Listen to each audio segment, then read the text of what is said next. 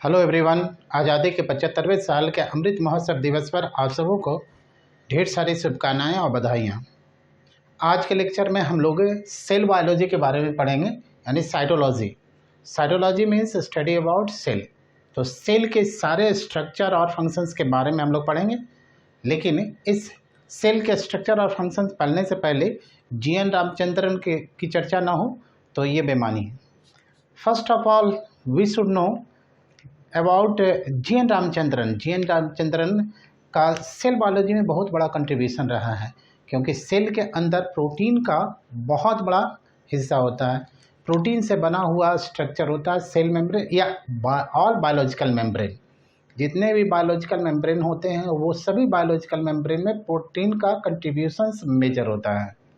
Protein ना सिर्फ bio membrane में होता है, बल्कि प्रोटीन मेम्ब्रेन के ऊपर में जो रिसेप्टर है उस रिसेप्टर का भी पार्ट होता है। मेम्ब्रेन में जो जितने प्रकार के चैनल्स होते हैं बना हुआ है, जो पैसेज बना होता है वो भी प्रोटीन से बना हुआ होता है।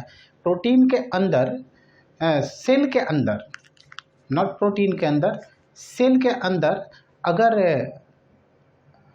हार्मोन का सिंथेसिस हो या एंजाइम का सिंथेसिस हो तो सभी में प्रोटीन का मेजर रोल है। तो थोड़ी सी जी.एन. रामचंद्रन के बारे में भी हम लोग स्टडी कर लें। GN. Ramachandran a great scientist of India. GN. Ramachandran का जन्म 8 अक्टूबर 1922 में और डेथ उनका 2001 में हुआ था। उनका प्रोटीन के स्ट्रक्चर पर काफ़ी काम था। He was professor of physics, not professor of biology. His father was professor in mathematics.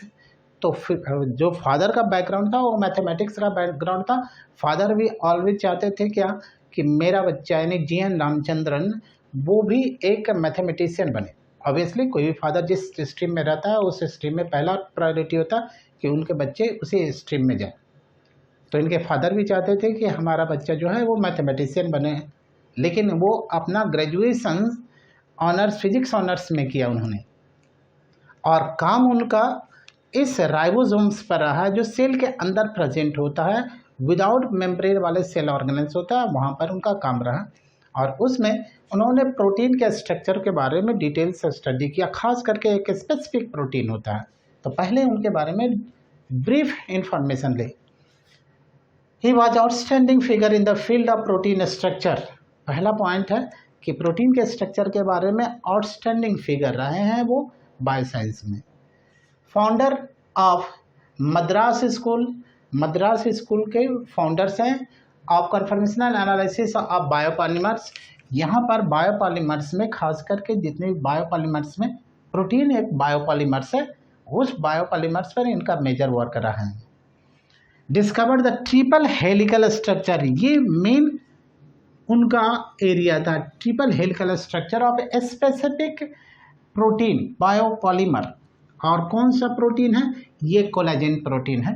और इस कोलेजन प्रोटीन पर जो वर्क पब्लिश हुआ, जो थीसिस उन्होंने लिखा, उस थीसिस का पब्लिकेशंस इस मैगजीन, ये जर्नल है, इस जर्नल में 1954 में है। इट्स वेरी इंपॉर्टेंट जर्नल, बहुत ही अच्छा जर्नल है। इस जर्नल में 1954 में उनका कोलेजन प्रोटीन के ट्रिपल हेलिकल स्ट्रक्चर के बारे में जो भी इंफॉर्मेशन था वो पब्लिश हुआ।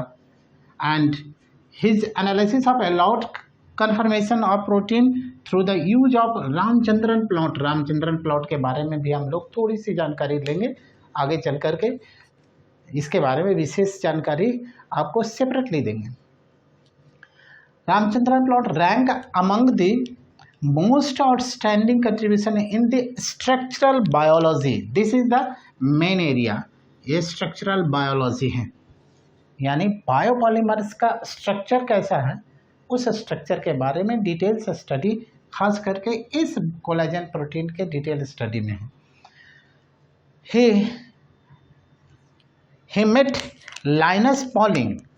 ये लाइनस पॉलिंग से वो मिले, और Linus Pauling was working on the alpha and beta helical alpha helix and beta structure of this Linus Pauling. इन्होंने एक मॉडल दिया था alpha helix and beta sheet structure of the collagen protein. उससे influence होकर के इन्हें इस protein पर डिटेल्स स्टडी किया, जिसका पब्लिकेशन इस नेचर में 1954 में हुआ। तो ये ब्रीफ इंफॉर्मेशन है जी.एन. रामचंद्रन का। जी.एन. रामचंद्रन का कंट्रीब्यूशन बायोलॉजिकल साइंस में है, इसलिए हमने इनके बारे में ब्रीफ इंफॉर्मेशन दिया है। अब हम लोग देखेंगे सेल का स्ट्रक्चर एंड फंक्शंस के बारे में कि सेल है क्या, सेल की डिस्कवरी कैसे हुआ, कब हुआ, कितने तरीके का सेल होता है, प्लांट सेल में और एनिमल सेल में क्या डिफरेंस है, प्रोकैरियोट्स और यूकैरियोट्स में क्या डिफरेंस है, ये सभी स्टडी करेंगे इसके बाद।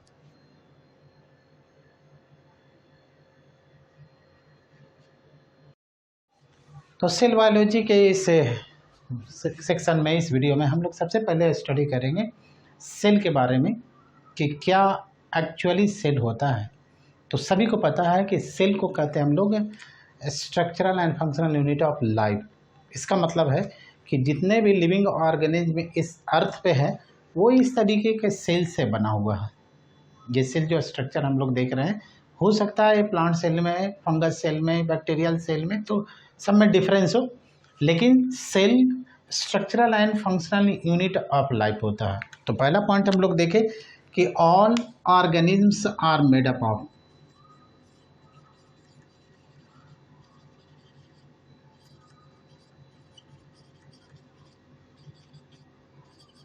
सेल्स। जितने भी इस अर्थ पे ऑर्गेनिज्म हैं, सभी ऑर्गेनिज्म में सेल से बना हुआ है। अब सेल के स्ट्रक्चर के बारे में दिख रहे हैं, यहाँ पर लिखा है हमने an overview of cellular anatomy. Cellular anatomy यानी इंटरनल स्ट्रक्चर जब हम लोग को डिसेक्ट करके देखेंगे माइक्रोस्कोप में, क्योंकि ये माइक्रोस्कोपिक स्ट्रक्चर होता है, तो माइक्रोस्कोप में देखेंगे तो हमें एनाटॉमिकल स्ट्रक्चर मिलेगा। लेकिन उसके पहले हम लोग कुछ ब्रीफ इंफॉर्मेशन जो हमारे सेल के बारे में है, उस सेल के बारे में हम लोग जान लें। तो जितने भी ऑर्गेनिज्म होते हैं, सभी ऑर्गेनिज्म का बॉडी इस स्ट्रक्चरल एंड फंक्शनल यूनिट से बना हुआ होता है। अब इस ऑर्गेनिज्म में कितने तरीके का कैसे होता है ऑर्गेनिज्म, वो देखें।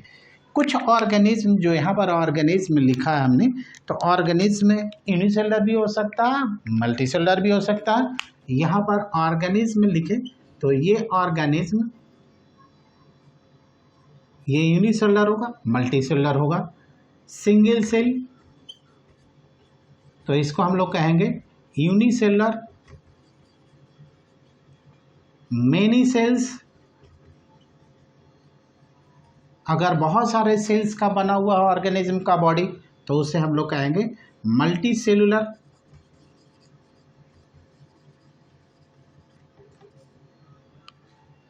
अगर एक सेल का बना हुआ है तो यूनिसेलुलर, अगर एक से ज़्यादा सेल का बना होता है तो मल्टी सेलुलर कहेंगे। लेकिन चाहे वो एक सेल का हो या मेनी सेल्स का हो, दोनों का जो फंक्शनल यूनिट है वो सेल ही होगा। फंक्शनल और स्ट्रक्चरल यूनिट का मतलब क्या होता है, मीनिंग क्या होता है, what is the meaning of the structural and functional unit. तो स्ट्रक्चरल कहने का मतलब जो हमारे या किसी मल्टी ऑर्गेनिज्म में, मल्टी सेलुलर ऑर्गेनिज्म है, उसका बॉडी जो बना हुआ होगा वो डिफरेंट टाइप्स ऑफ सेल्स से मिल करके वो पूरा का पूरा बॉडी बनाएगा। यानी सिमिलर सेल्स मिलेगा, टिश्यू बनाएगा, टिश्यू मिल करके और ऑर्गन्स बनाएगा, ऑर्गन्स मिल करके डिफरेंट टाइप्स ऑफ ऑर्गन्स मिल करके ऑर्गन सिस्टम बनाएगा। उसके बाद एक इंडिविजुअल का फॉर्मेशन होगा in case of the multi cellular. लेकिन यूनिसेलुलर में ऐसा नहीं होगा। यूनिसेलुलर में एक ही सेल का पूरा बॉडी होता है। जैसे हम लोग देखेंगे बैक्टीरिया में या प्रोटोजोन्स में, तो ये यूनिसेलुलर भी दो तरीके का होगा, एक प्रोकैरियोटिक होगा और दूसरा यूकैरियोटिक होगा। यूनिसेलुलर ऑर्गेनिज्म में जो एक सेल का बना हुआ ऑर्गेनिज्म है वो उसका दो इम्पॉर्टेंट फीचर्स आप लोग याद रखें। पहला फीचर है इस यूनिसेलुलर में, यानी ये यूनिसेलुलर है और यूनिसेलुलर ऑर्गेनिज्म में ये दो इम्पॉर्टेंट फीचर्स हैं।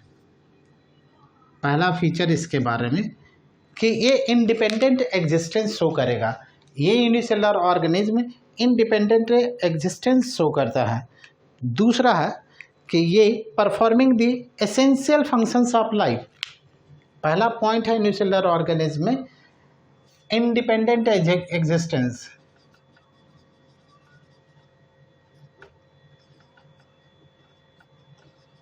और दूसरा पॉइंट है performing the essential functions of life.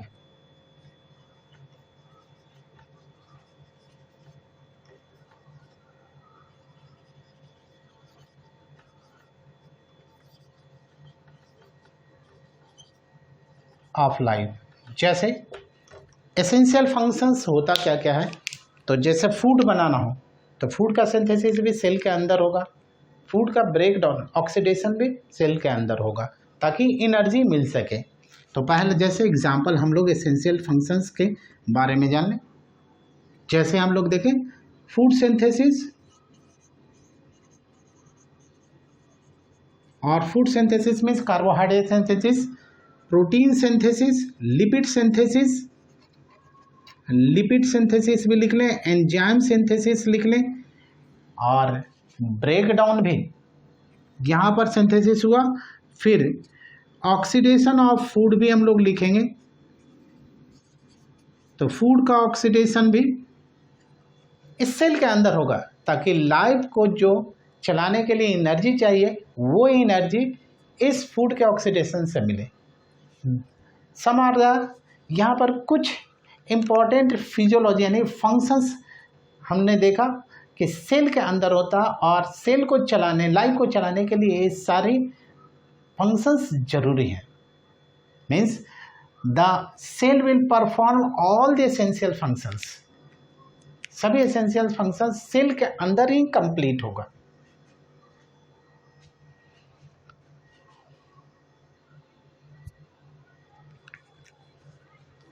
ये इंडिपेंडेंट एग्जिस्टेंस के बारे में एक पॉइंट और ऐड करेंगे इसमें, anything less than the complete structure of a cell does not ensure independent existence. इसका मीनिंग ये हुआ कि इन सभी में जो इम्पॉर्टेंट क्या है सेल होने के लिए और यूनिसेलुलर ऑर्गेनिज्म होने के लिए, तो सबसे इम्पॉर्टेंट पॉइंट है कि ये बाउंड्री सेल मेम्ब्रेन होना ही होना है।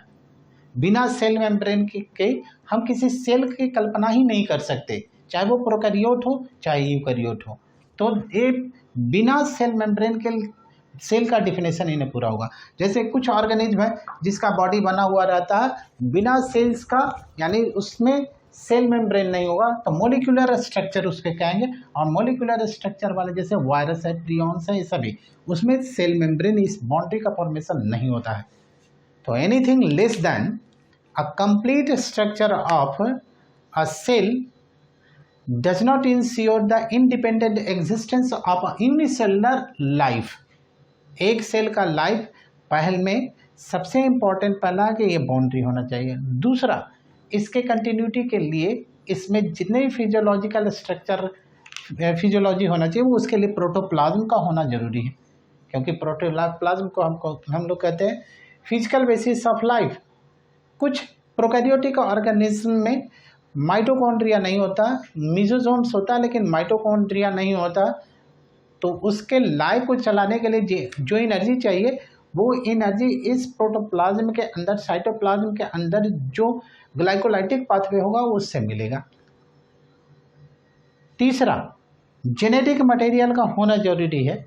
These are the complete structure for a cell.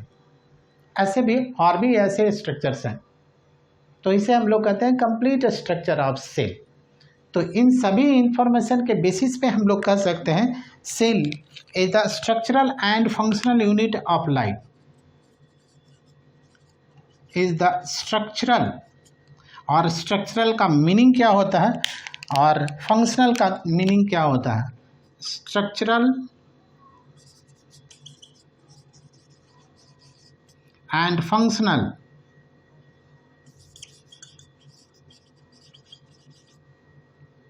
Unit of life.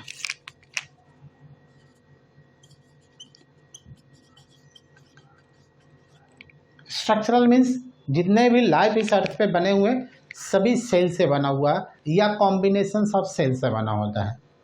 Unicellular एक सेल का बना होगा और multicellular combination of cell से मिलेगा, जिससे टिश्यू बनता है, टिश्यू से ऑर्गन, ऑर्गन से ऑर्गन सिस्टम, देन इंडिविजुअल्स का फॉर्मेशन होगा, स्पीसीज का फॉर्मेशन होगा।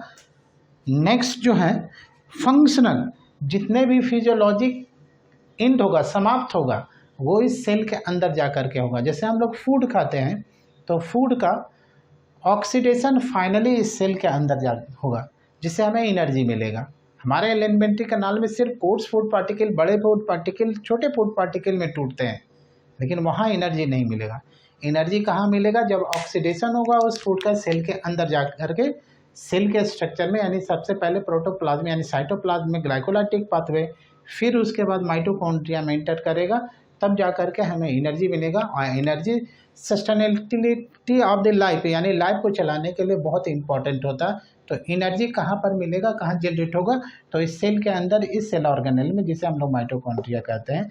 कुछ प्लांट सेल में अगर देखेंगे तो वहाँ पर भी एटीपी का जनरेशन होता है क्लोरोप्लास्ट के अंदर, तो वो प्लांट सेल में रहेगा, वहाँ पर भी एटीपी बनेगा। लेकिन एनिमल सेल में जितने भी एनिमल सेल्स होता है उसमें फाइनल जो ऑक्सीडेशन होगा फूड का वो इस सेल ऑर्गेनेल में। तो कंटिन्यूटी ऑफ लाइफ के लिए इस एनर्जी की ज़रूरत हो, चाहे वो कंटिन्यूटी ऑफ लाइफ रिप्रोडक्शन के थ्रू करे, यानी सेल डिवाइड करेगा, या सेल में नए गैमेट, अगर रिप्रोडक्शन, सेक्सुअल रिप्रोडक्शन है, गैमेट के फॉर्मेशन करना है, तो भी ये एनर्जी की ज़रूरत होगी। तो कंटिन्यूटी ऑफ लाइफ के लिए ज़रूरी है कि वो ऑक्सीडेशन ऑफ फूड, और ऑक्सीडेशन ऑफ फूड यही होगा। एंजाइम अगर ज़रूरत है ऑक्सीडेशन ऑफ फूड के लिए, तो एंजाइम का फॉर्मेशन भी इस राइबोसोम्स में होगा, जो कि यहाँ पे प्रेजेंट है, या इंडिपेंडेंटली इस सेल के साइटोप्लाज्म में भी प्रेजेंट होगा, कुछ राइबोसोम्स यहाँ भी प्रेजेंट होगा। तो ये सभी चीज़ें ज़रूरी है, और फाइनली इसमें खत्म होगा, यानी फिजियोलॉजी एंड होता है इसी में, इसलिए इसको फंक्शनल यूनिट भी कहते हैं। स्ट्रक्चरल एंड फंक्शनल यूनिट का मीनिंग समझ में आया।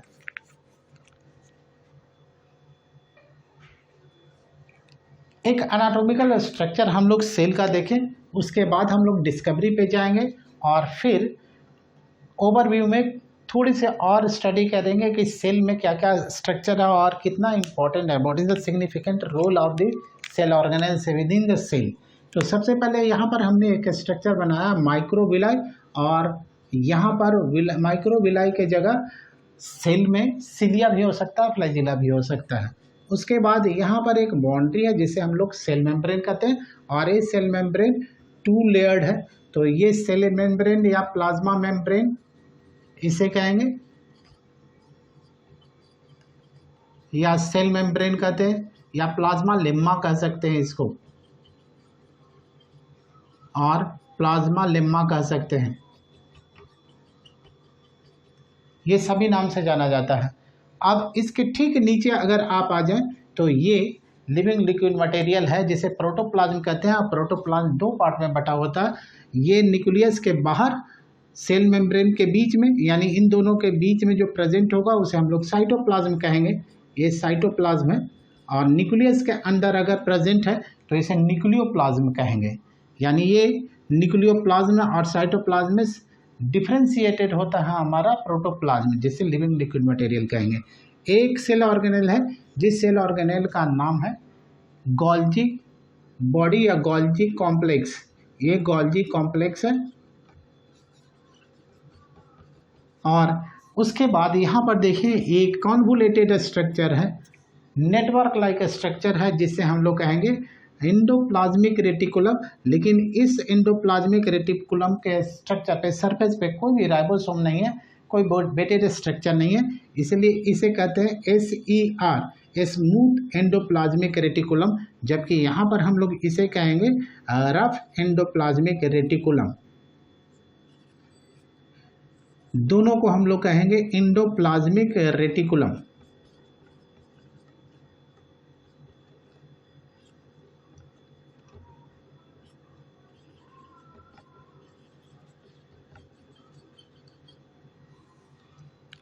रफ एंडोप्लाज्मिक रेटिकुलम रफ इसलिए है क्योंकि इसके सरफेस पर ये राइबोसोम प्रेजेंट है, ये राइबोसोम होता, और राइबोसोम में कोई मेम्ब्रेन नहीं होता, मेम्ब्रेन लेस सेल ऑर्गेनेल होता है, इसलिए इसके सरफेस पे प्रेजेंट होगा। और यहाँ पर फ्रीली प्रेजेंट हो सकता है, सेल के साइटोप्लाज्म में भी, न्यूक्लियस के अंदर भी प्रेजेंट होता है ये राइबोसोम। इसके बाद देखें यहाँ पर इस तरफ स्ट्रक्चर है, तो यहाँ पर हमने देखा ये है सेंट्रोसोम कहते हैं इसे, और सेंट्रियोसोम 2 सेंट्रियोल से मिलकर के बनेगा।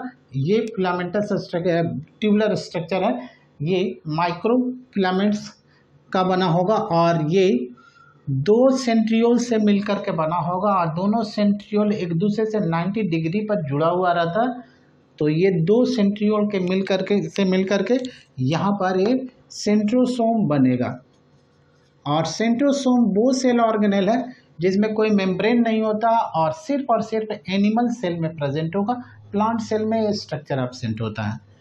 दूसरा हम लोग देखें, ये फ्री राइबोसोम है, इसको कहते हैं फ्री राइबोसोम। कुछ सेल ऐसे होंगे जिसमें फ्री राइबोसोम बहुत ज़्यादा नंबर में प्रेजेंट होता है सेल के साइटोप्लाज्म में। इसके बाद यहाँ नेक्स्ट जो हमारा है, ये स्ट्रक्चर, ये बहुत इंपॉर्टेंट स्ट्रक्चर है जिसमें हाइड्रोलाइटिक एंजाइम भरा होता है और ये इससे बनता है, गोल्जी कॉम्प्लेक्स से बनेगा, जिसे हम लोग कहते हैं लाइसोसोम। और लाइसोसोम को हम लोग कहते हैं suicidal bag of the cell. और ये हमारा माइटोकॉन्ड्रिया है, दिस इज माइटोकॉन्ड्रिया। और माइटोकॉन्ड्रिया को कहते हैं powerhouse of the cell. यहाँ पर एनर्जी जनरेट होता है, स्टोर होता है एंड ट्रांसफर होता है। Means mitochondria is the structure where the energy generated, stored as ATP and transferred. जब ज़रूरत होगा तो यहाँ से एटीपी किसी अदर फिजियोलॉजिकल एक्टिविटी में इन्वॉल्व होगा, तो उसे हम लोग कहेंगे माइटोकॉन्ड्रिया। बहुत इंपॉर्टेंट स्ट्रक्चर होता है, सभी सेल्स में प्रेजेंट होगा जो यूकैरियोटिक होगा। प्रोकैरियोटिक सेल में इस तरीके का मेम्ब्रेन बाउंड सेल ऑर्गेनेल्स नहीं होता है, यानी इस तरीके का मेम्ब्रेन वाला सेल ऑर्गेनेल सेल के साइटोप्लाज्म में प्रेजेंट नहीं होता। किसमें? प्रोकैरियोटिक सेल में। तो उसके बारे में सेपरेटली स्टडी करेंगे। अब बाहर से हमने अंदर तक आया, अब अंदर यहाँ न्यूक्लियस के अंदर चले आए। तो ये न्यूक्लियस के अंदर में यहाँ पर सबसे पहले देखें, ये भी न्यूक्लियर मेम्ब्रेन है और न्यूक्लियर मेम्ब्रेन के कारण ही है ये डबल मेम्ब्रेन स्ट्रक्चर होता है, आउटर एंड इनर दोनों तरीके का ये स्ट्रक्चर होता है। अब यहाँ पर देखें, ये न्यूक्लियर पोर है जो 50 नैनोमीटर का बना हुआ स्ट्रक्चर है, जिसे हम लोग कहेंगे न्यूक्लियर पोर। और इसके अंदर जो साइटोप्लाज्म होगा उस साइटोप्लाज्म को कहेंगे हम लोग न्यूक्लियोप्लाज्म। ये तो हमने यूकैरियोटिक सेल के बारे में स्टडी किया। और यहाँ आप देखें, ये जेनेटिक मटेरियल है जिसे हम लोग डीएनए या आरएनए भी हो सकता है, इसमें आरएनए यानी जेनेटिक मटेरियल हो सकता है। एक क्रोमैटिन थ्रेड है and this is nucleolus. Nucleolus के बारे में भी स्टडी करेंगे और न्यूक्लियोलस का डिस्कवरी किसने किया, किस तरीके का होगा। तो ये तो एक यूकैरियोटिक सेल का स्ट्रक्चर है, हमने यूकैरियोटिक सेल का स्ट्रक्चर यहाँ पर बनाया है, वो भी एनिमल सेल दिख रहा है। प्लांट सेल और एनिमल सेल में डिफरेंस होगा, प्रोकैरियोट्स और यूकैरियोट्स में डिफरेंस होगा, वो भी हम लोग स्टडी करेंगे। तो इस तो ओवरव्यू में हमने सिर्फ anatomical section of the cell, एक टिपिकल सेल के बारे में बताना था, इसलिए हमने इसे बनाया। अब देखें इसकी डिस्कवरी शुरू से कैसे, किस किस साइंटिस्ट ने किया, डेड सेल में किसने किया और लिविंग सेल में किसने किया, तो ये दोनों के बारे में यहाँ पर स्टडी करें।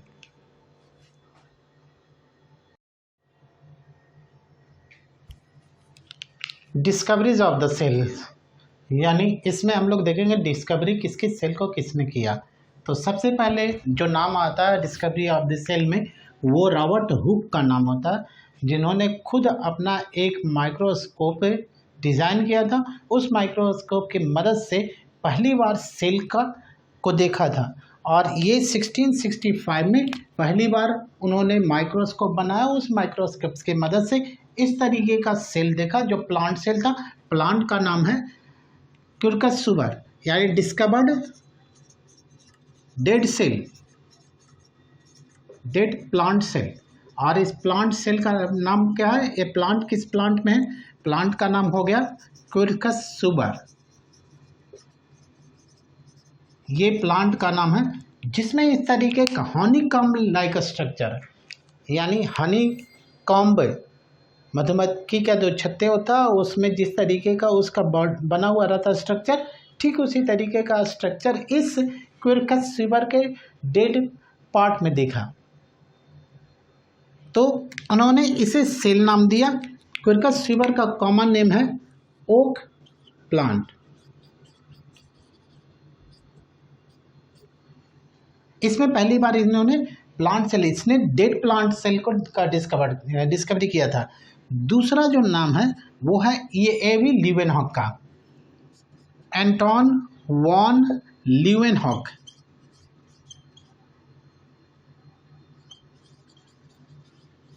ये दूसरा नाम है। और इन्होंने कंसिक्वेंटली यानी ये लगातार कई सेल्स पे काम किया और कई लिविंग सेल्स पे काम किया, और लिविंग सेल्स में इस तरीके के सेल्स का उन्होंने डिस्कवरी किया, जैसे स्पर्म है, जैसे ब्लड सेल्स है, जैसे पैरासाइटिक एंड माइक्रोस्कोपिक प्रोटिस्टेंट सेल्स है, ऐसे कई सेल्स का उन्होंने डिस्कवरी किया। तो सबसे पहला नाम जो आता है इसमें वो लिविंग सेल के बारे में, यानी इसमें लिखेंगे डिस्कवर्ड लिविंग सेल।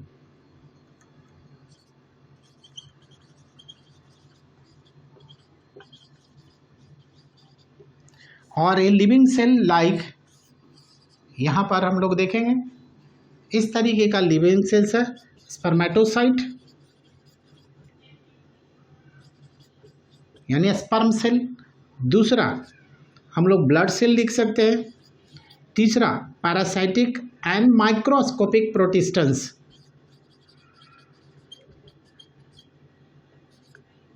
माइक्रोस्कोपिक प्रोटिस्टेंस। और बैक्टीरिया का भी यहाँ लिख सकते हैं, बैक्टीरिया यानी प्रोकैरियोट एंड यूकैरियोट, दोनों तरीके के सेल का डिस्कवरी इन्होंने किया था। Prokaryotic cell, this is prokaryotic cell, but these are eukaryotic cells. इन सभी का डिस्कवरी एंटोन वॉन लीवेनहॉक ने किया था।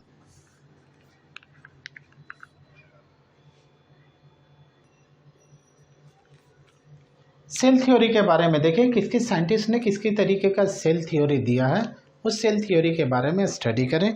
और इस सेल थ्योरी में दो नाम बहुत इंपॉर्टेंट है, एक नाम और भी हम लोग देखेंगे, पहले इन दोनों नामों के बारे में स्टडी करें।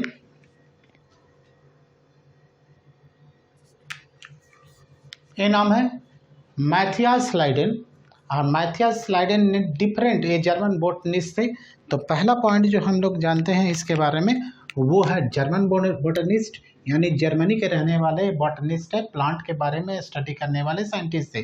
तो इन्होंने प्लांट सेल थ्योरी दिया और इन्होंने कई different large number of plant cells के बारे में स्टडी किया और ऑब्जर्व किया कि जितने भी प्लांट्स हैं इस धरती पे वो सभी प्लांट से डिफरेंट टाइप्स ऑफ सेल से बना हुआ होता है जो टिश्यू का फॉर्मेशन करेगा। इसलिए स्लाइडेन को कहा जाता है कि उन्होंने प्लांट सेल थ्योरी दिया। दूसरा जो नाम है इसमें वो है थियोडोर स्वान, और थियोडोर स्वान ब्रिटिश जूलॉजिस्ट थे, यानी ब्रिटेन का रहने वाला ये जूलॉजिस्ट साइंटिस्ट थे, यानी जूलॉजी के बारे में स्टडी किया, एनिमल साइंस के बारे में, एनिमल सेल के बारे में स्टडी किया, इसलिए एनिमल सेल थ्योरी कहेंगे इनके बारे में। इन्होंने एनिमल सेल थ्योरी दिया, उन्होंने प्लांट सेल थ्योरी दिया, इन्होंने एनिमल सेल थ्योरी दिया। इन्होंने डिफरेंट एनिमल सेल का स्टडी किया और ये ऑब्जर्व किए कि जो एनिमल सेल्स है उसका आउटर लेयर थिन मेम्ब्रेन से बना होता है, और इस थिन मेम्ब्रेन को आज हम लोग प्लाज्मा मेम्ब्रेन के नाम से जानते हैं। और इन्होंने प्लांट सेल के बारे में भी स्टडी किया, और जब प्लांट सेल के बारे में स्टडी किया, जब इन्होंने प्लांट सेल पर भी different types of plant cell पर भी इन्होंने स्टडी किया था, तो जब उन्होंने प्लांट सेल पर स्टडी किया तो उन्होंने पाया क्या कि जो सेल प्लांट सेल होता है उसके पास एक यूनिक स्ट्रक्चर होता है जिसे हम लोग सेल वॉल कहते हैं। Also studied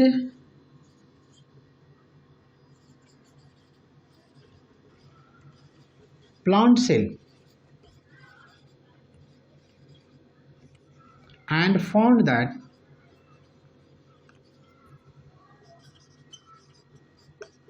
plant cell had unique structure called, क्या कहा उन्होंने, इसे सेल वॉल कहा, कॉल्ड सेल वॉल। यानी according to Theodor Schwann, cell wall is the unique structure of the plant cell. ये यूनिक स्ट्रक्चर होता है, प्लांट सेल में ही सिर्फ प्रेजेंट होगा। तो ये इनका कॉन्सेप्ट था जब उन्होंने प्लांट सेल पर स्टडी किया। यानी ये साइंटिस्ट दोनों प्लांट और एनिमल सेल दोनों के बारे में स्टडी किया। एनिमल सेल के बारे में कहा क्या कि इसके आउटर बाउंड्री मेम्ब्रेन का होता है और वो मेम्ब्रेन प्लाज्मा मेम्ब्रेन कहलाएगा। और जब इन्होंने प्लांट सेल स्टडी किया तो उसमें उन्होंने देखा कि इस जो मेम्ब्रेन है प्लाज्मा मेम्ब्रेन, उसके बाहर एक यूनिक स्ट्रक्चर होता है जो काफ़ी टफ स्ट्रक्चर होता है, जिसे प्लांट सेल वॉल कहा इन्होंने, सेल वॉल स्ट्रक्चर दिया। और इन दोनों ऑब्जर्वेशन के बेसिस पे इन्होंने एक हाइपोथेसिस दिया कि जितने भी ऑर्गेनिज्म है वो सेल से बना हुआ होता है या सेल प्रोडक्ट से बना होता है। तो उन्होंने give the hypothesis based on these observations, Theodore Swan gave an hypothesis, gave a hypothesis। तो इन्होंने एक हाइपोथेसिस दिया। उस हाइपोथेसिस का क्या मीनिंग है और क्या उन्होंने उस हाइपोथेसिस में एक्सप्लेन किया, based on their observation, based on these observation,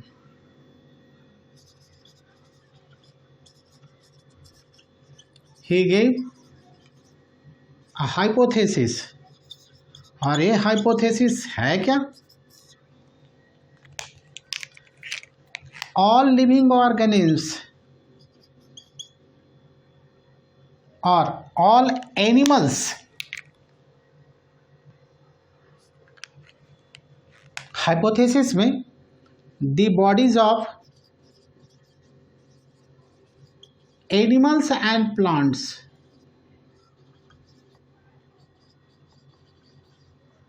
made up of cells and cell products। ये इनका ऑब्जर्वेशन था जब इन्होंने प्लांट और एनिमल सेल दोनों पर डिटेल स्टडी किया। तो इन्होंने एक हाइपोथेसिस दिया। वो हाइपोथेसिस था the bodies of animals and plants, यानी एनिमल्स और प्लांट्स दोनों का बॉडी सेल से बना हुआ है या सेल के प्रोडक्ट से बना होगा, cells and products of cells. ये इन दोनों का ऑब्जर्वेशन था। इसके बाद एक साइंटिस्ट आ रहा है रुडोल्फ विर्चॉव। उन्होंने एक और कॉन्सेप्ट दिया जो इनके ऑब्जर्वेशन से थोड़ा डिफरेंट था, लेकिन ऑलमोस्ट यही ऑब्जर्वेशन रुडोल्फ विर्चॉव का भी था। तो देखें उनके बारे में कि उन्होंने क्या कॉन्सेप्ट लेकर के आया सेल थ्योरी के बारे में। और उन्होंने इन दोनों साइंटिस्ट के बाद में इन दोनों के थ्योरी का स्टडी किया, डिटेल स्टडी किया और प्लांट्स और एनिमल सेल के बारे में स्टडी किया। 1855 में उन्होंने अपना एक कॉन्सेप्ट लेकर के आया सेल थ्योरी के बारे में। और उन्होंने कहा omnis cellula e celluli, यानी जो सेल हम अभी देख रहे हैं वो ऑलरेडी प्री एग्जिस्टिंग सेल के डिवीजन के बाद उसका प्रोडक्ट है। यानी एक सेल जो एग्जिस्ट कर रहा है वो पहले वाले सेल का डिवीजन का प्रोडक्ट है। यानी एक सेल डिवाइड किया और दो नए सेल्स का फॉर्मेशन किया है। omnis cellula e celluli means cell existed from the pre-existing cell, origination of the new cell from the pre-existing cell।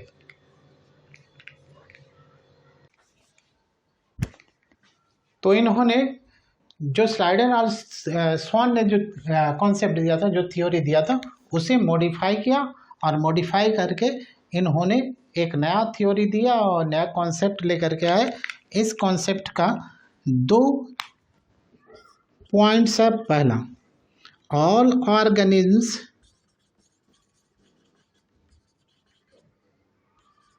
Body made up of sales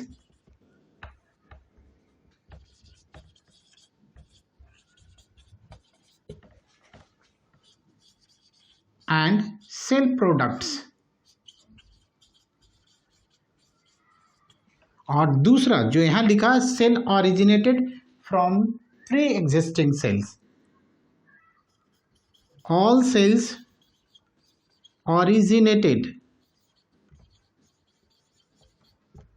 from pre-existing cell, जो already nature में present cell है उसी cell के division से एक नए cell का formation हुआ। लेकिन इवोल्यूशन में हम लोग इससे ऑरिजिन ऑफ सेल्स के बारे में पढ़ेंगे, वो कॉन्सेप्ट अलग है, वो इवोल्यूशनरी कॉन्सेप्ट है। यहाँ पर थ्योरी ऑफ सेल्स के बारे में है। तो सेल थ्योरी में सेल के बारे में अगर पूछा जाएगा कि एक जो सेल आ रहा है वो सेल कहाँ से आ रहा है, तो पहले जो सेल है उसी के डिवीजन के बाद एक नया सेल का फॉर्मेशन हुआ है, जो रुडोल्फ विर्चॉव ने दिया था। इनका कॉन्सेप्ट यही था। तो इन्होंने मॉडिफाई किया इस कॉन्सेप्ट को, जो स्लाइडन और स्वान ने दिया था उस कॉन्सेप्ट को मिला करके, मॉडिफाई करके और उनके कॉन्सेप्ट को मिला करके एक नया कॉन्सेप्ट दिया।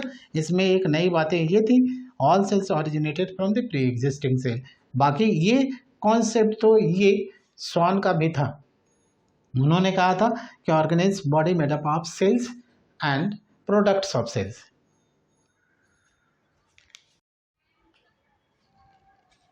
अभी हम लोग सेल का स्ट्रक्चर देखें। And overview of the cellular anatomy, यानी सेल के एनाटॉमी के बारे में हम लोगों ने अभी देखा। उस एनाटॉमिकल स्ट्रक्चर के बेसिस पे हम लोग सेल को कई डिफरेंट पार्ट में बांट सकते हैं। जैसे हम लोग देखें एनिमल सेल और प्लांट सेल। पहला देखेंगे हम लोग प्रोकैरियोटिक सेल और eukaryotic cell and eukaryotic cell, ये दोनों के बारे में हम लोग स्टडी करेंगे। दूसरा प्लांट सेल और एनिमल सेल के बारे में, इन दो सभी का डिफरेंस पढ़ेंगे हम लोग। प्लांट सेल किस तरीके का होता है और एनिमल सेल किस तरीके का होता है और दोनों में डिफरेंस क्या है, तो ये स्टडी करेंगे। अब हमने ये देखा था कि सेल के अंदर जो साइटोप्लाज्म यानी प्रोटोप्लाज्म होता है, और प्रोटोप्लाज्म को हम लोग कहते हैं लिविंग लिक्विड मटेरियल, और इसका अलग अलग नाम अलग अलग साइंटिस्ट ने दिया था। फिजिकल बेसिस ऑफ लाइफ किसी ने कहा लिविंग लिक्विड मटेरियल, किसी ने सार्कोड कहा। तो ऐसे डिफरेंट साइंटिस्ट ने इसे अलग अलग नाम दिया। But we should remember that जो मेन एक्टिविटी सेंटर होता है सेल के अंदर वो होता है साइटोप्लाज्म। तो उसे हम लोग कहते हैं arena of activity within cell. Main arena of the physical activity और physiological activity of the cell is cell cytoplasm. ये मेन पार्ट होता है जो हमने अभी फिगर बनाया था। उसमें हमें ये देखें ये न्यूक्लियस है, और न्यूक्लियस के बाहर अगर ये सेल यूकैरियोटिक सेल है तो इस यूकैरियोटिक सेल में हम लोग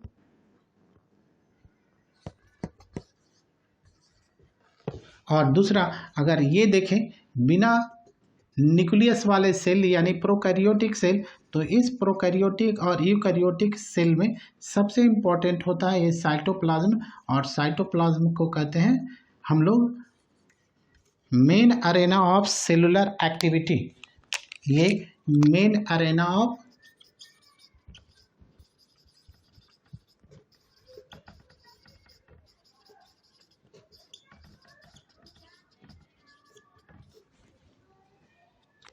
ये मेन पार्ट होता है जहाँ पर सभी एक्टिविटी कंप्लीट होता है। इसके अंदर न्यूक्लियस है, इसके अंदर न्यूक्लियस नहीं है। इसका मतलब ये से वही फिजियोलॉजी करेगा कुछ को छोड़ करके जो एक यूकैरियोटिक सेल करेगा।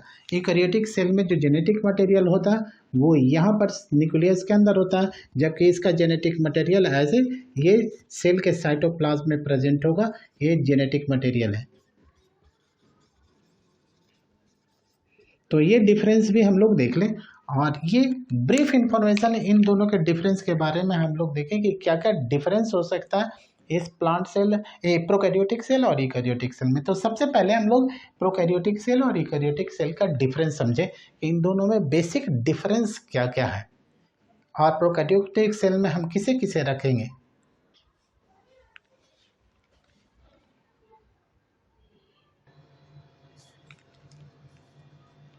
तो ये एक प्रोकैरियोटिक सेल और एक यूकैरियोटिक सेल। यूकैरियोटिक सेल में दोनों एनिमल सेल और प्लांट सेल का स्ट्रक्चर इसमें दिखाया गया है। कोशिश करेंगे इन दोनों को स्टडी करने का।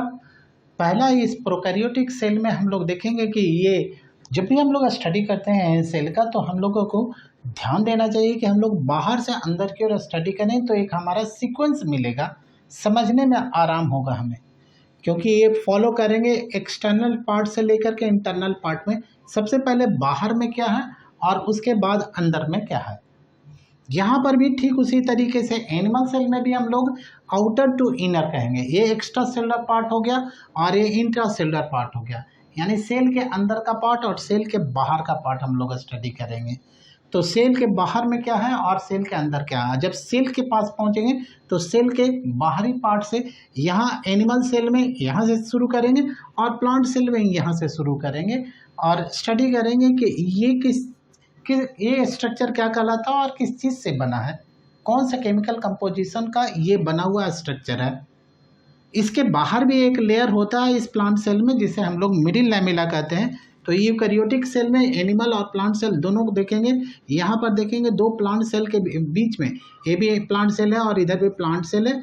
इन दोनों प्लांट सेल के बीच में क्या स्ट्रक्चर होगा, तो इस स्ट्रक्चर को एक दूसरे से जोड़ करके, यानी दो प्लांट सेल को जोड़ कर रखने वाला सीमेंटिंग मटेरियल होता है जिसे हम लोग मिडिल लैमेला कहेंगे। तो ये मिडिल लैमेला के बारे में हम लोग जब स्टडी करेंगे इस एनिमल और प्लांट सेल का डिफरेंस, तब हम लोग उसमें देखेंगे किस तरीके का स्ट्रक्चर ये दोनों का बना होता है और क्या डिफरेंस है एनिमल और प्लांट सेल के स्ट्रक्चर में। तो सबसे पहले प्रोकैरियोटिक और यूकैरियोटिक सेल के स्ट्रक्चर को हम लोग स्टडी करें। पहला हम लोग देखेंगे ये जो बाहर का बाउंड्री है यहाँ से यहाँ तक, ये तीन पार्ट है जिसे हम लोग कहते हैं सेलुलर इनवेलप।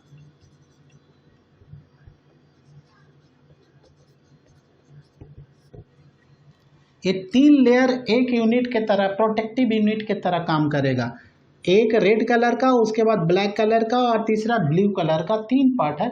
तीनों को हम सेल इनवेलप या सेलुलर इनवेलप के बारे में स्टडी जानेंगे।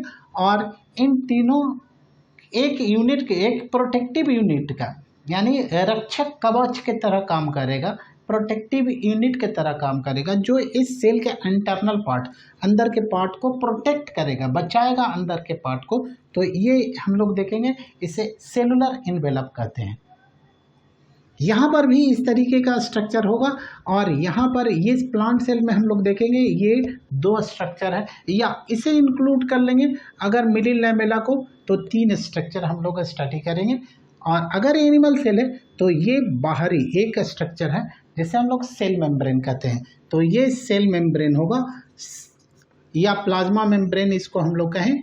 और यहाँ पर इस सेल मेम्ब्रेन के साथ साथ सेल वॉल भी प्रेजेंट होता और मिडिल लैमेला भी, यानी इन तीनों स्ट्रक्चर को अगर देखें तो यहाँ पर CM and cell wall and middle lamella, ये तीनों स्ट्रक्चर है प्रोटेक्टिव का। ये एडहेसिव मटेरियल है, दो जोड़ने वाला, ये दोनों प्रोटेक्टिव कवरिंग है। अब यहाँ पर सबसे पहले हम लोग देखेंगे कि ये आउटर कवरिंग यानी सेलुलर एनवेलप, ये सेलुलर एनवेलप है। ये प्रोकैरियोटिक सेल का एक एग्जांपल, दो इसमें हम लोग रखते हैं प्रोकैरियोटिक सेल में। एक हमारा है बीजीए और दूसरा, यानी बीजीए को हम लोग कहते हैं साइनोबैक्टीरिया और दूसरा हम लोग बैक्टीरिया को लेकर के चलते हैं। ये बैक्टीरिया है, साइनोबैक्टीरिया फोटोसिंथेटिक बैक्टीरिया है, यानी इसके सेल के अंदर फोटोसिंथेटिक मटेरियल प्रेजेंट होगा, फोटोसिंथेटिक स्ट्रक्चर प्रेजेंट होता है जिसमें क्लोरोफिल प्रेजेंट होता है, जिसकी मदद से वो फोटोसिंथेसिस करता है। जैसे ये क्रोमैटोफोर है और ये क्रोमैटोफोर जो होगा वो बीजीए में प्रेजेंट होगा, सभी बैक्टीरिया में नहीं प्रेजेंट होगा, सिर्फ ब्लू ग्रीन एल्गी बैक्टीरिया में प्रेजेंट होगा। This is blue green algae.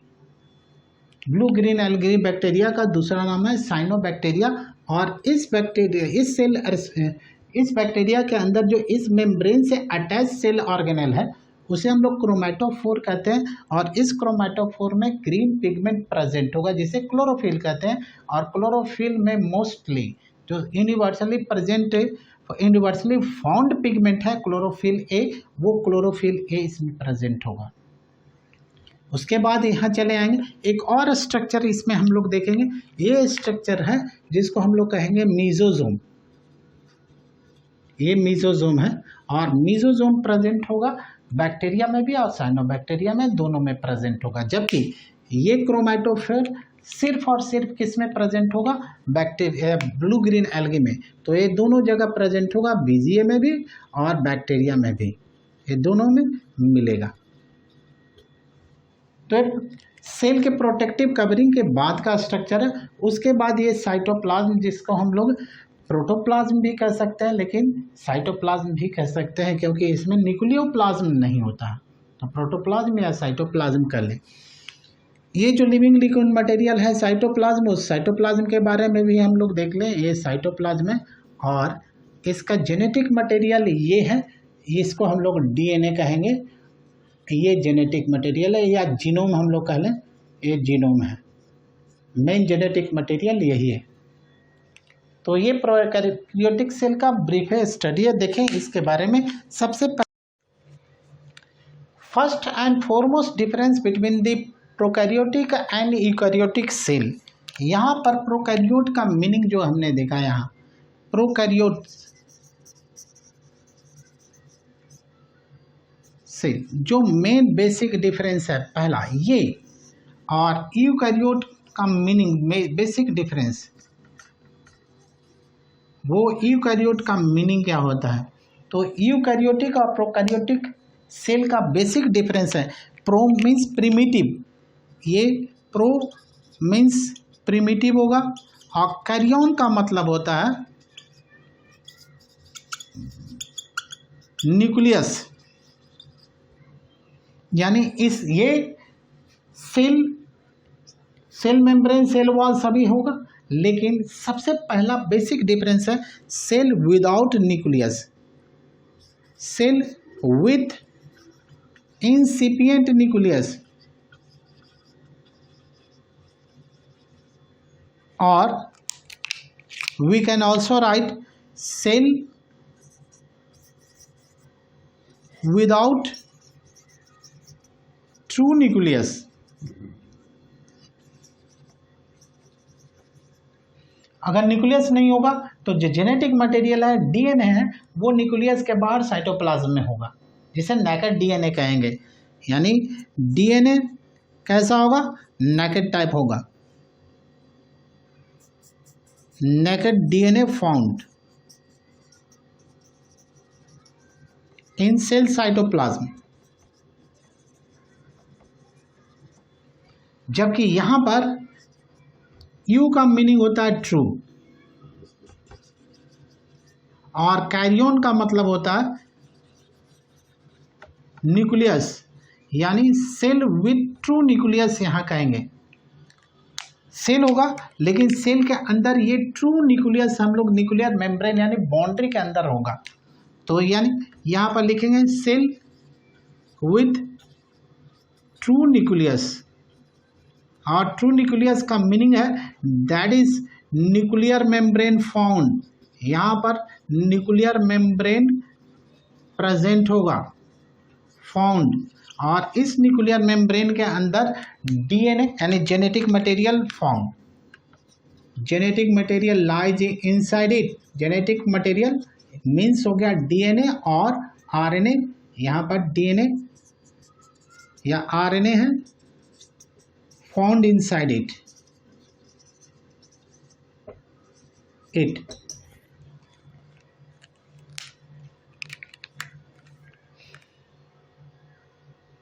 से पहले जो हम लोग एक्सटर्नल टू इंटरनल चलें, तो एक्सटर्नल और इंटरनल में हम लोग इन्वेलप के बारे में पढ़ें।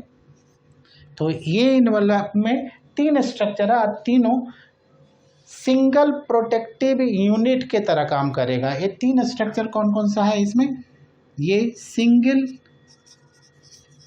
प्रोटेक्टिव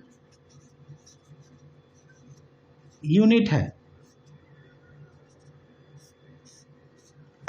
जबकि यहाँ पर अगर प्लांट सेल देखें तो इसमें सेल वॉल और सेल मेम्ब्रेन दोनों प्रोटेक्टिव कवरिंग होता है, जबकि एनिमल सेल में इस सेल मेम्ब्रेन का वेरियस फिजियोलॉजिकल रोल है, बहुत ज़्यादा काम है।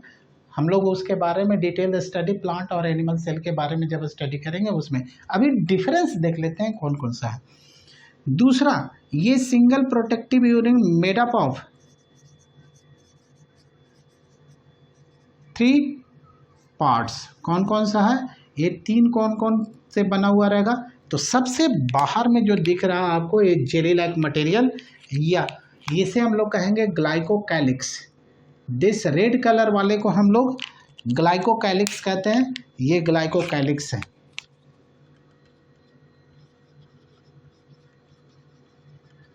और उसके नीचे ब्लैक वाले को कहेंगे सेल वॉल। तो पहला हम लोग 3 पार्ट्स में यहाँ देखें कौन कौन सा 3 पार्ट्स है। तो सबसे बाहर का हम लोग ये पढ़ेंगे ग्लाइकोकैलिक्स, और ग्लाइकोकैलिक्स के बेसिस पे हम लोग बैक्टीरिया को 2 कैटेगरी में बांटते हैं। एक होता है ग्राम पॉजिटिव बैक्टीरिया और दूसरा ग्राम नेगेटिव बैक्टीरिया। ये स्लाइमी हो सकता है, यानी ये म्यूकस लाइक हो सकता है या टफ हो सकता है। तो ये दोनों तरह का होगा। अगर जिसमें स्लाइमी स्ट्रक्चर होगा स्लाइम लेयर कहलाएगा, और दूसरे में अगर टफ स्ट्रक्चर है तो उसे हम लोग कैप्सूल कहेंगे।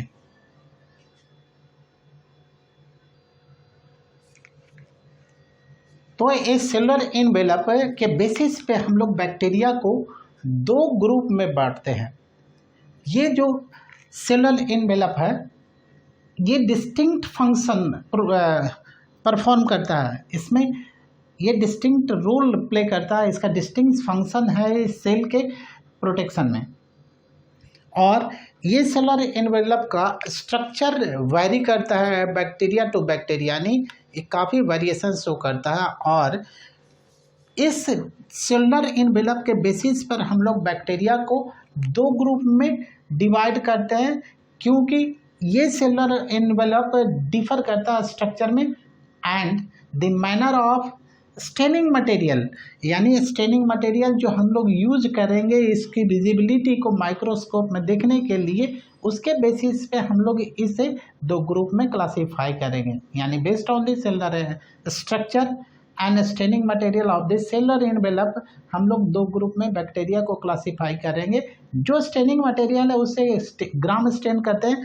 तो जो ग्राम स्टेन को सस्टेन करेगा, ग्राम पॉजिटिव जो ग्राम स्टेन को सस्टेन नहीं किया, और ग्राम नेगेटिव बैक्टीरिया हम इस सेलुलर एनवेलप के बेसिस पे कहेंगे। अब ये सेलुलर एनवेलप जो है सिंगल प्रोटेक्टिव यूनिट, ये बना हुआ रहेगा 3 स्ट्रक्चर से। ये 3 कौन कौन है? तो पहला हम लोग देखें ग्लाइकोकैलिक्स, ये ग्लाइकोकैलिक्स है। दूसरा हम लोग देखेंगे जो ये सेल वॉल है वो सेल वॉल, और तीसरा हम लोग देखेंगे सेल मेम्ब्रेन, इसे सेल मेम्ब्रेन कहेंगे। तो ग्लाइकोकैलिक्स जो होता है जो सबसे बाहर में प्रेजेंट है ग्लाइकोकैलिक्स, ये इसका स्ट्रक्चर भी वेरी करता है। ये डिफर्स करता है, डिफर्स इन स्ट्रक्चर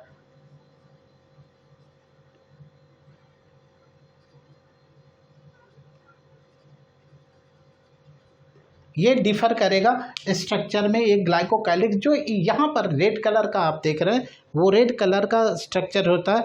अगर ये लूज शीथ के रूप में है, अगर ये ग्लाइकोकैलिक्स होगा 2 अलग अलग स्ट्रक्चर में है।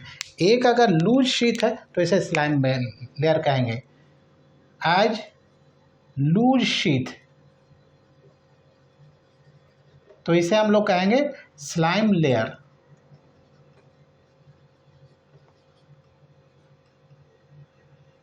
अगर ये थिक एंड टफ है, थिक और टफ अगर हो तो इसे हम लोग अलग ग्रुप में रखते हैं, जिसे हम लोग कैप्सूल कहते हैं। थिक एंड टफ है तो इसे हम लोग क्या कहेंगे?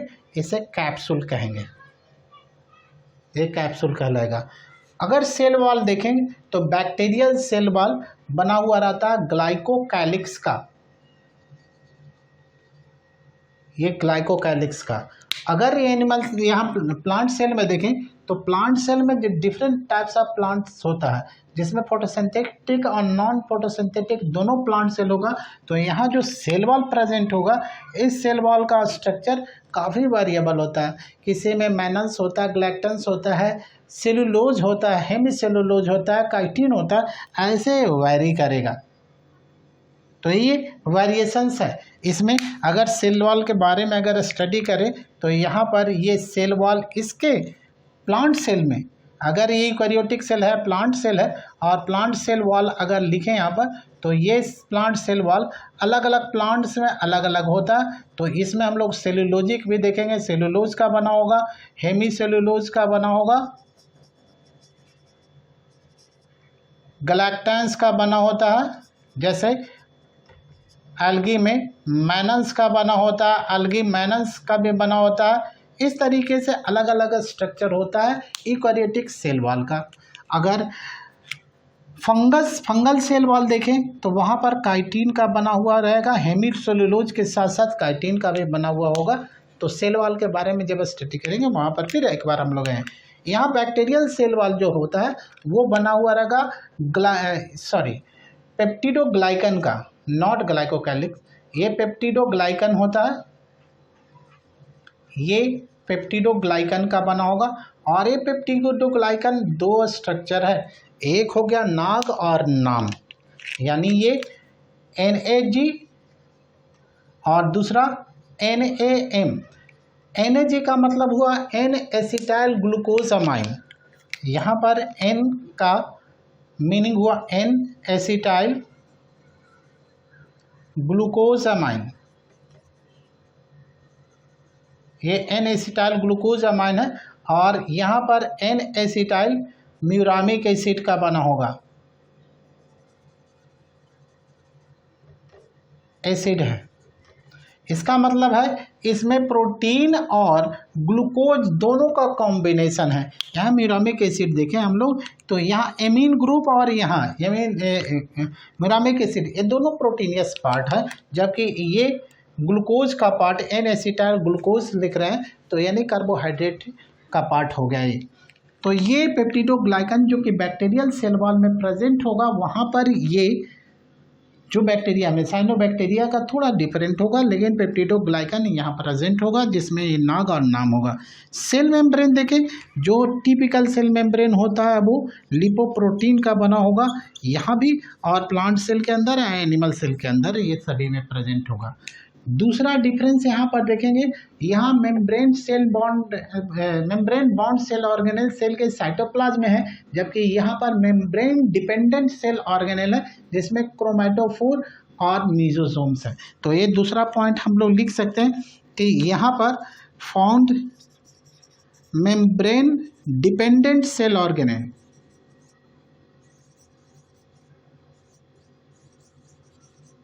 Cell organelle, no membrane bound cell organelle found, bound cell organelles are found। जबकि इसके केस में हम लोग देखेंगे सेल के वॉल के अंदर अगर चले आए, सेल मेम्ब्रेन के अंदर चले आए तो सेल मेम्ब्रेन भी यहाँ पर बना हुआ रहेगा लिपोप्रोटीन का, ये भी लिपोप्रोटीन का बना होता है। और सेल ऑर्गेनेल्स जो होगा मेम्ब्रेन बॉन्ड सेल ऑर्गेनेल यहाँ प्रेजेंट होगा, सेल ऑर्गेनेल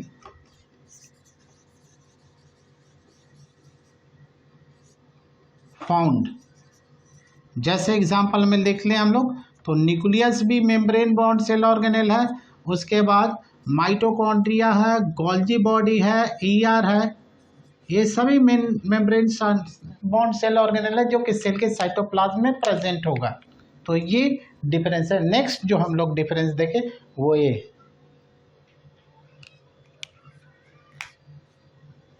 यहाँ पर इस प्रोकैरियोटिक सेल में जो ग्लाइकोलाइटिक पाथवे होगा, glycolytic pathway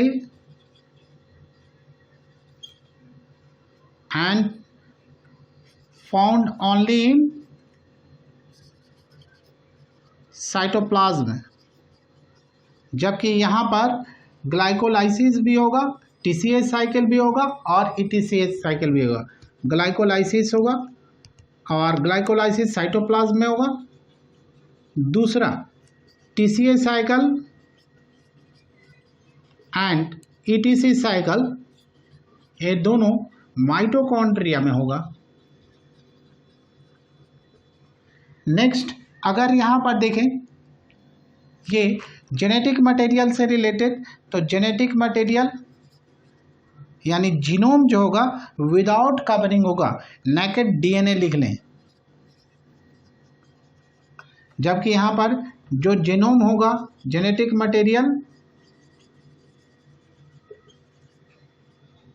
DNA and RNA, ये कहाँ होगा? इनसाइड न्यूक्लियस होगा। जबकि यहाँ न्यूक्लियस प्रेजेंट नहीं होता है, इसमें न्यूक्लियस प्रेजेंट होता है। यहाँ पर देखें डीएनए जो हमारा, इस डीएनए से आरएनए, डीएनए सेल के साइटोप्लाज्म में प्रेजेंट है, इस डीएनए से आरएनए का फॉर्मेशन होगा। वो डीएनए से आरएनए के फॉर्मेशंस को हम लोग कहते हैं, ये आरएनए है, और आरएनए से ये प्रोटीन बनता है। तो इस प्रोसेस को, दोनों प्रोसेस को हम लोग देखें, या डीएनए से डीएनए के बनने के प्रोसेस, या आरएनए से आरएनए बनने का प्रोसेस, ये सभी। तो डीएनए से डीएनए के बनने का प्रोसेस को हम लोग कहते हैं रेप्लिकेशन, और ये डीएनए से आरएनए बनने के प्रोसेस को कहते हैं ट्रांसक्रिप्शन, और आरएनए से प्रोटीन बनने के प्रोसेस को कहते हैं ट्रांसलेशन। ये सभी मैकेनिज्म, ये ऑल थ्री मैकेनिज्म जो होगा, रेप्लिकेशन, ट्रांसक्रिप्शन एंड ट्रांसलेशन, यहाँ पर न्यूक्लियर मेम्ब्रेन नहीं है, इसलिए सभी प्रोसेस कहाँ होगा? All takes place in cell cytoplasm.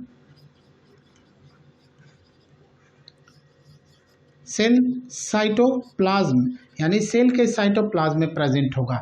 जबकि यहाँ पर देखें, यहाँ जेनेटिक मटेरियल डीएनए प्रेजेंट होता न्यूक्लियस के अंदर, तो यहाँ डीएनए से आरएनए बनेगा और आरएनए से प्रोटीन बाहर बनेगा। यानी डीएनए से डीएनए का प्रोसेस बनना, और डीएनए से आरएनए बनना, और आरएनए से प्रोटीन बनना। ये डीएनए से डीएनए का प्रोसेस जो है, इसे हम लोग रेप्लिकेशन यूकैरियोटिक सेल में भी कहेंगे। ये रेप्लिकेशन हो गया, और रेप्लिकेशन, और इस प्रोसेस को हम लोग कहते हैं ट्रांसक्रिप्शन। तो ये दोनों मैकेनिज्म कहाँ होगा? Takes place in cell nucleus, ये न्यूक्लियस के अंदर होगा। डीएनए से डीएनए यहाँ बनेगा, डीएनए से आरएनए बनेगा सेल के न्यूक्लियस में। तो यहाँ both replication and transcription takes place इन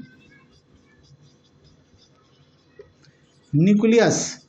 जबकि यहाँ पर ये प्रोसेस जो आरएनए से प्रोटीन बनता है, ये प्रोटीन का प्रोसेस, इसमें हम लोग देखें ट्रांसलेशन, और ट्रांसलेशन होता है आकर के राइबोसोम में, और राइबोसोम सेल के साइटोप्लाज्म में प्रेजेंट होता है। इसलिए हम लोग ये मैकेनिज्म कहाँ देखेंगे? तो ये ट्रांसलेशन होगा इन सेल साइटोप्लाज्म।